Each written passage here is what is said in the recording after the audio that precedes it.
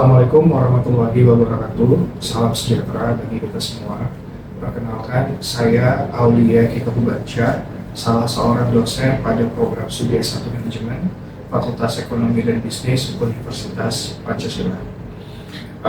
Video ini dibuat dalam rangka memenuhi persyaratan sertifikasi dosen pada tahun 2025 sebagai bagian dari dokumen pernyataan diri dosen dalam unjuk kerja Tridharma Perguruan Tinggi. Pada video ini akan dijelaskan rancangan pembelajaran mata kuliah Ekonomi dan Bisnis Internasional dengan bobot 3 SKS yang dilaksanakan pada semester genap. Berkaitan dengan mata kuliah ini, adapun capaian pembelajaran mata kuliah ini adalah mahasiswa diharapkan mampu memahami, menganalisis dampak kebijakan perubahan lingkungan ekonomi eksternal pada operasi bisnis internasional. Berkaitan dengan mata kuliah ini, adapun deskripsi singkat dari mata kuliah Ekonomi dan Bisnis Internasional adalah mata kuliah ini membahas berbagai teori perdagangan internasional, lembaga-lembaga terkait, dan hubungannya dengan perekonomian internasional, serta studi lingkungan investasi pada bisnis internasional. Berkaitan dengan materi kajiannya, pada mata kuliah ini ada beberapa materi kajian yang dibahas, antara lain adalah konsep ekonomi internasional itu sendiri, teori perdagangan, formulasi kebijakan perdagangan nasional, valuta asing, sistem nilai tukar dan lembaga multilateral, neraca pembayaran, integrasi ekonomi, dan kemudian konsep-konsep yang berkaitan dengan bisnis internasional, termasuk berbagai mode of entry atau strategi memasuki pasar luar negeri yang dapat dipilih oleh perusahaan multinasional nantinya. Berkaitan dengan metode pembelajaran dalam perkuliahan ini mengkombinasikan berbagai pendekatan, mulai dari tutorial, diskusi, presentasi, hingga simulasi yang nantinya akan dilakukan oleh mahasiswa. Berkaitan dengan penilaian dari mata kuliah ini memiliki beberapa komponen, antara lain komponen tugas sebesar 20%, komponen UTS 30%, komponen UAS 40%, dan juga komponen kehadiran sebesar 10%. Mata kuliah ini sendiri selain dilaksanakan secara luring, juga dilaksanakan secara daring dengan memanfaatkan perangkat LMS UP. Demikian informasi yang dapat kami sampaikan mengenai mata kuliah Ekonomi dan Bisnis Internasional ini. Berikut Bapak Ibu dapat melihat cuplikan dari proses pembelajaran yang dilaksanakan di dalam kelas secara luring. Terima kasih. Wassalamualaikum warahmatullahi wabarakatuh. Baik, Assalamualaikum warahmatullahi wabarakatuh. Selamat pagi teman-teman semua. Kita kembali lagi melanjutkan materi kita dalam perkuliahan Ekonomi dan Bisnis Internasional. Nah, hari ini kita akan mendiskusikan materi terkait formulasi kebijakan perdagangan nasional. Yang ini merupakan materi ketiga di dalam LPS kita, mata kuliah Ekonomi dan Bisnis Internasional. Jadi sebelumnya, setelah kita mempelajari secara konsep atau teoritis mengapa perdagangan internasional itu menjadi suatu hal yang pasti terjadi, perdagangan yang melibatkan antar negara. Nah, hari ini kita akan belajar bahwa dalam pelaksanaan perdagangan itu ada beberapa kebijakan yang mungkin dipilih oleh negara-negara yang terlibat dalam perdagangan internasional. Nah, baru-baru ini kalian ada yang mengikuti perkembangan isu terkait tarif kan, yang dari Amerika, Donald Trump, ada yang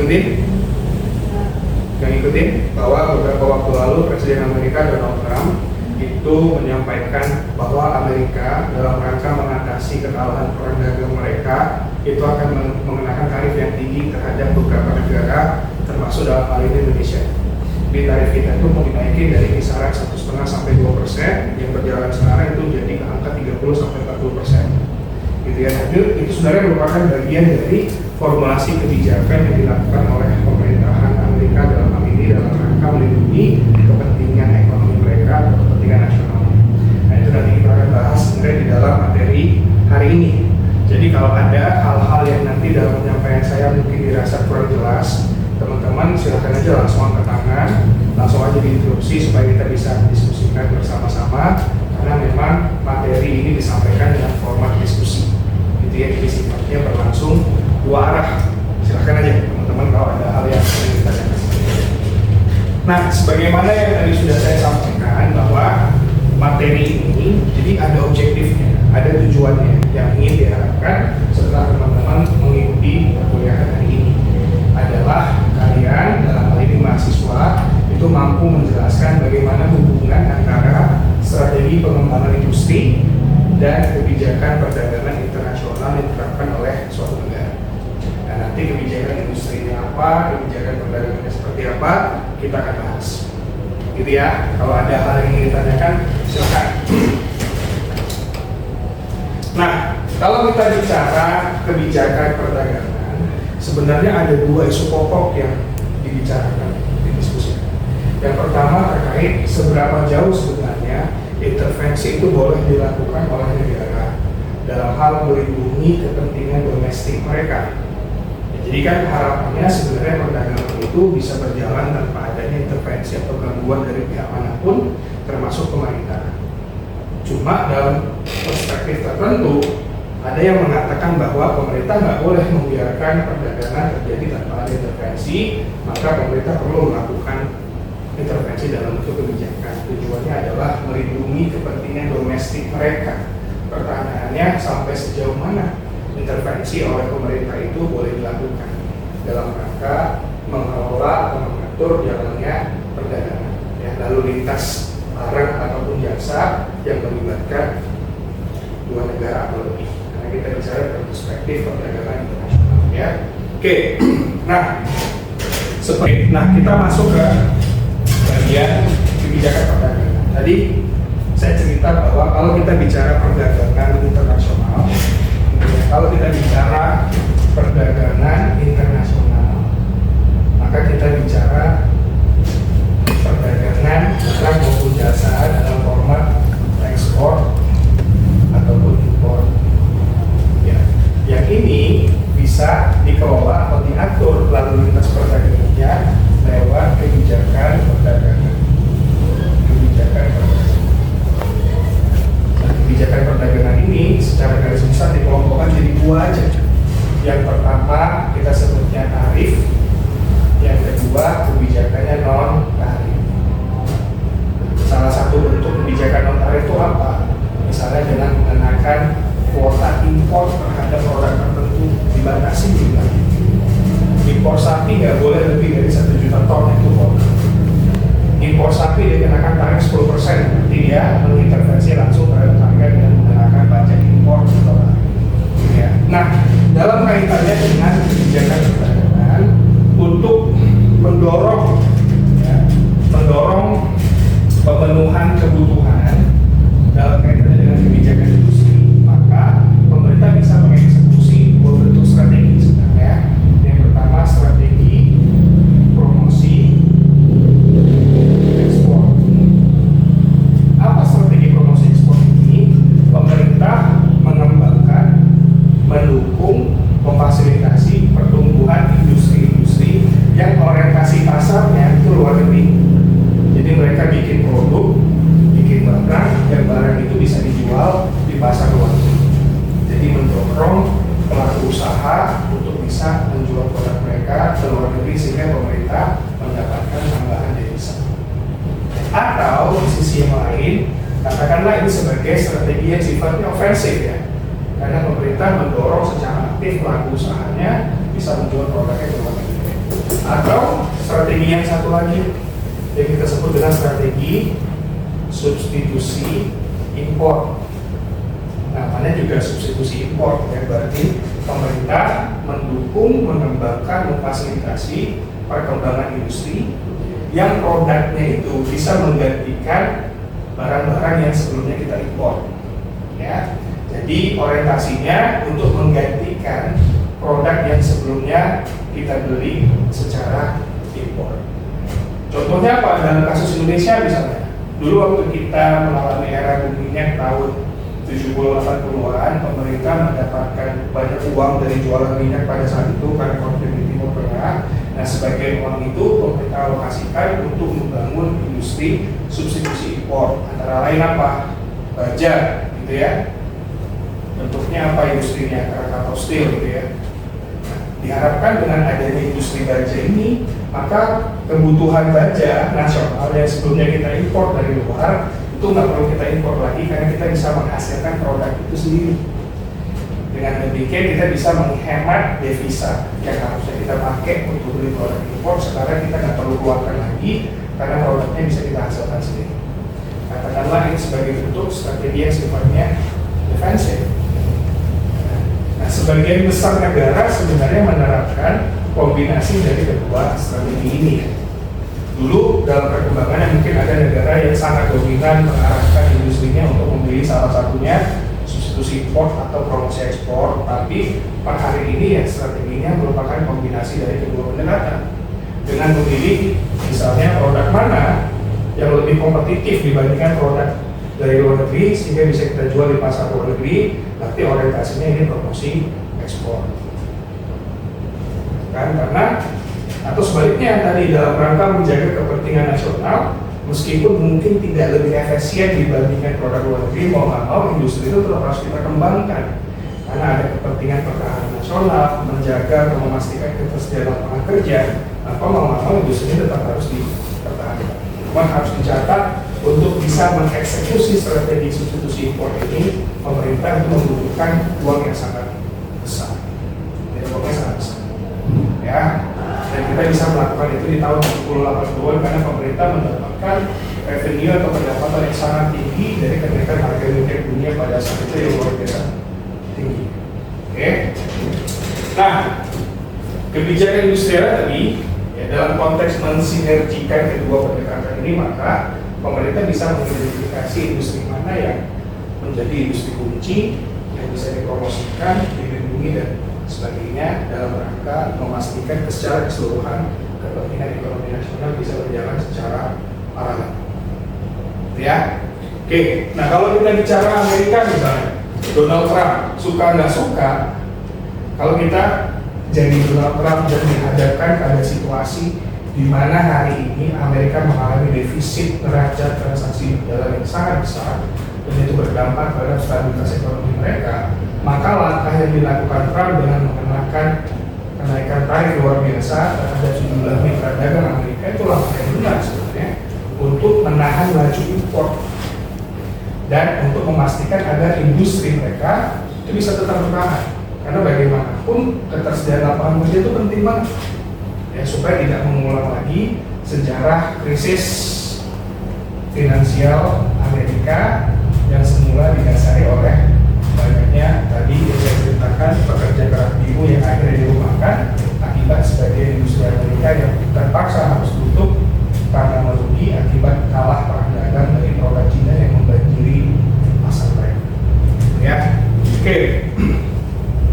Nah, ini tadi saya bicara formulasi kebijakan dalam konteks perdagangan internasional untuk mengatur lalu lintas barang masuk dan barang keluar dari pemerintah bisa mengeksekusi sejumlah kebijakan yang secara garis besar dikelompokkan menjadi dua bagian.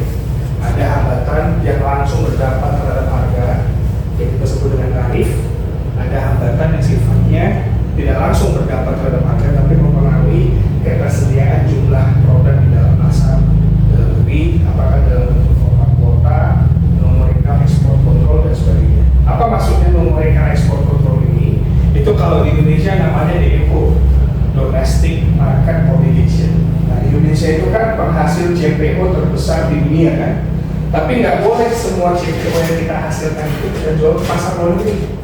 Karena kalau semuanya dijual ke pasar luar negeri, nanti kebutuhan pelaku usaha dalam negeri yang membutuhkan CPO kan susah mendapatkan bahan bakunya. Itulah kenapa dibuat domestic market. Dari 100 ton yang Anda hasilkan misalnya CPO-nya, maksimal cuma 70% yang boleh dijual ke luar negeri. Sisanya 30% lagi harus dijual di pasar dalam negeri. Itu yang disebut dengan numerical export control. Jadi dibatasi jumlah produk yang boleh diekspor. Ada juga standar pengujian minimal harus memenuhi keamanan pangan dan sebagainya. Itu bagian dari upaya untuk mengurangi laju barang impor masuk ke pasar dalam negeri. Gitu kan? Kalau tarif ya langsung berdampak terhadap harganya, dikenakan tarif berapa persen, ya kan? Jadi langsung berdampak terhadap harga jual produk di pasar yang dituju. Nah, ini contoh bagaimana pengenaan tarif tadi berdampak terhadap permintaan mobil di Amerika yang dihasilkan oleh industri mereka sendiri. Seandainya pemerintah Amerika menerapkan tarif, apa dampak tarif tadi terhadap mobil impor? Katakanlah mobil dari Jepang, gitu kan? Ada mobil Toyota dijual ke pasar Amerika, dikenakan tarif sebesar katakanlah 100%, 2 kali lipat. Apa dampaknya terhadap harga jual mobil Toyota yang dipasarkan di Amerika? Harganya kan akan naik 2 kali lipat. Nah, ketika harga mobil Toyota yang dijual di pasar Amerika naik 2 kali lipat, yang dilakukan oleh konsumen Amerika adalah mereka akan shifting, kan? Akan mengganti permintaan produk mereka dari yang sebelumnya beli mobil buatan Jepang dengan Toyota karena harganya mahal, mereka akan ganti membeli produk mereka sendiri, ya kan? Sehingga itu akan mendorong meningkatnya permintaan terhadap mobil buatan Amerika sendiri, karena mobil yang diimpor dari luar negeri harganya sudah jauh lebih mahal, dikenakan tarif oleh pemerintahnya, sehingga ini akan mendorong naiknya permintaan terhadap mobil domestik. Dan karena permintaannya meningkat, maka revenue yang didapatkan oleh industri lokal, dalam hal ini industri otomotif Amerika, juga akan meningkat, gitu ya. Oke. Nah, ini ada beberapa contoh perdagangan, hambatan perdagangan yang diterapkan oleh sejumlah negara. Nanti teman-teman bisa baca lebih detail di buku yang kita jadikan rujukan ya. Nah, di sini ada beberapa upaya yang dilakukan oleh pemerintah. Dalam konteks ini kita ambil contoh yang Amerika yang melakukan pengawasan terhadap praktek perdagangan agar berjalan secara adil. Kalau di Indonesia itu kan ada yang namanya KPPU ya, Komisi Persaingan Usaha, yang memastikan agar pasar itu berjalan berkeadilan. Jadi tidak ada praktek predatory kita sebutnya. Nah, di Amerika juga banyak institusi yang melakukan pengawasan untuk memastikan agar perdagangan itu berlaku baik ya. Antara lain adalah International Trade Administration sebagai bagian dari divisi Departemen Perdagangan Amerika yang akan melakukan evaluasi terhadap praktek perdagangan apakah berjalan adil atau tidak adil. Ya, nah secara garis besar bentuk-bentuk perdagangan yang tidak adil itu bisa disebabkan pertama karena pemerintah itu memberi subsidi yang terlalu besar. Subsidi pemerintah terlalu besar terhadap kelompok usaha tertentu yang membuat biaya produksi mereka jadi lebih murah dibanding kompetitor di luar negeri. Nah, ini sebenarnya nggak boleh dilakukan ya, khususnya oleh negara maju ya. Kan kita punya yang namanya WTO, World Trade Organization, organisasi perdagangan bebas dunia, yang memantau, membuat kebijakan terkait praktek perdagangan internasional, di mana di dalam WTO ini sepakati sebenarnya apakah negara-negara maju itu boleh memberikan subsidi terhadap pelaku usahanya atau tidak. Nah, untuk sebagian besar komoditi sebenarnya diatur di dalam aturan WTO itu pemerintah tidak boleh memberikan intervensi dalam bentuk subsidi. Ya. Nah, tapi sebagian besar negara masih menjalankan praktek subsidi ini, terutama Cina misalnya. Kenapa barang-barang Cina itu bisa sangat kompetitif di pasar luar negeri? Ya karena pemerintah memberikan banyak subsidi kepada pelaku usaha mereka yang bisa menurunkan biaya produksi. Ya. Atau praktek menetapkan harga yang tidak adil, ya, unfair pricing. Contohnya apa? Dumping. Nah, ini Cina paling sering nih. Paling sering diidentifikasi melakukan praktek pricing yang tidak berkeadilan dengan dumping. Dumping itu dengan sengaja dia menjual produknya lebih murah di pasar luar negeri. Tujuannya apa? Untuk mematikan kompetitor di pasar luar negeri sana. Dan secara sadar itu nggak boleh. Biasanya akan diawasi oleh pemerintah yang oleh negara di pasar yang dia tuju ya. Nah, ini ada beberapa bentuk yang biasanya dilakukan oleh pemerintah untuk mengantisipasi bentuk praktek perdagangan yang tidak adil, apakah dengan menerapkan countervailing duties, anti dumping dan sebagainya. Nanti teman-teman bisa baca ya. Nah, terakhir untuk penutup pada perkuliahan ini, apa sih sebenarnya yang menjadi sasaran dari perdagangan yang adil itu? Tentu pertama adalah promosi efisiensi global ya. Perdagangan itu pada dasarnya tadi yang saya sebut haruslah bersifat win-win ya, menguntungkan para pihak yang terlibat dalam perdagangan. Kenapa menguntungkan? Ya, karena bagi negara yang terlibat, mereka bisa mendapatkan produk dengan kualitas yang lebih baik, tapi harganya lebih murah. Itu yang kita sebut dengan istilah efisiensi. Cuma efisiensi ini bisa jadi efisiensi palsu kalau ternyata pemerintahnya mengintervensi terlalu besar terhadap jalannya perdagangan yang membuat seolah-olah industri tertentu itu sangat efisien, padahal efisiensinya karena diberikan subsidi besar-besaran. Nah, yang diharapkan sebenarnya bentuk-bentuk efisiensi yang terjadi itu adalah efisiensi yang terbentuk karena adanya kompetitif advantages ya, menciptakan yang kita sebut dengan jaringan rantai nilai global. Indonesia misalnya dengan kekayaan sumber daya alam terutama di sektor pertaniannya, ya harusnya kita memiliki keunggulan kompetitif untuk menghasilkan produk pangan ya, dibandingkan Amerika atau dibandingkan negara lain yang iklimnya tidak sestabil kita. Untuk menghasilkan 1 kilogram beras akan lebih murah di Indonesia dibandingkan di negara lain ya, sehingga Indonesia bisa fokus untuk menghasilkan pangan beras misalnya karena paling efisien menghasilkan itu, dan kita bisa mengekspor beras kita ke seluruh dunia. Tapi untuk hal-hal lain di mana kita kurang efisien menghasilkan produknya, kita bisa mengimpor saja produk itu dengan biaya yang lebih murah, sehingga menghasilkan situasi yang menguntungkan bagi semua pihak karena proses produksinya dilakukan dengan efisien. Ya, kenapa? Karena didasarkan pada aspek competitive advantages. Oke. Nah, itu tadi terkait dengan materi dari informasi kebijakan perdagangan. Nanti teman-teman bisa baca lebih detail di dalam buku yang kita sudah gunakan. Nah, sebagai informasi, pada pertemuan berikutnya kita akan membicarakan soal falas. Yang falas itu pasar, devisa, atau valuta asing. Beberapa poin yang kita diskusikan adalah perdagangan falas, apa saja faktor yang mempengaruhi perubahan nilai tukar pada uang yang kita sebut dengan kurs, dan bagaimana nanti kurs itu akan mempengaruhi kinerja perdagangan internasional baik ekspor ataupun impor. Nah, ada pertanyaan nggak sebelum saya tutup kelasnya terkait kebijakan perdagangan? Pertanyaan? Kan sebelumnya kan kayaknya informasi itu baru masuk di tahun 2025. Terus kan dia rilis 2025. Nah, baru masuk itu di tahun sekarang. Itu berarti intervensi dari pemerintah. Nah, itu pertanyaan yang bagus ya, Sakti. Jadi salah satu upaya kita untuk melindungi kepentingan ekonomi kita itu kan pemerintah mencanangkan ada yang namanya local content. Ya, local content itu berapa besar sih dari komponen yang dihasilkan pada sebuah produk yang berasal dari industri dalam negeri. Tujuannya apa? Supaya keberadaan barang itu pun punya impact terhadap aktivitas ekonomi industri lokal, karena sebagian dari komponennya dipenuhi oleh produksi yang dilakukan oleh pelaku usaha lokal. Nah, dalam konteks iPhone, ya memang kita membatasi itu kan. Jadi paling tidak ada bagian dari prosesing sistemnya atau bagian dari aplikasinya yang dikembangkan oleh pelaku usaha kita. Bahkan mungkin lebih jauh, seluruh dari kegiatan produksinya itu diproduksi di sini aja.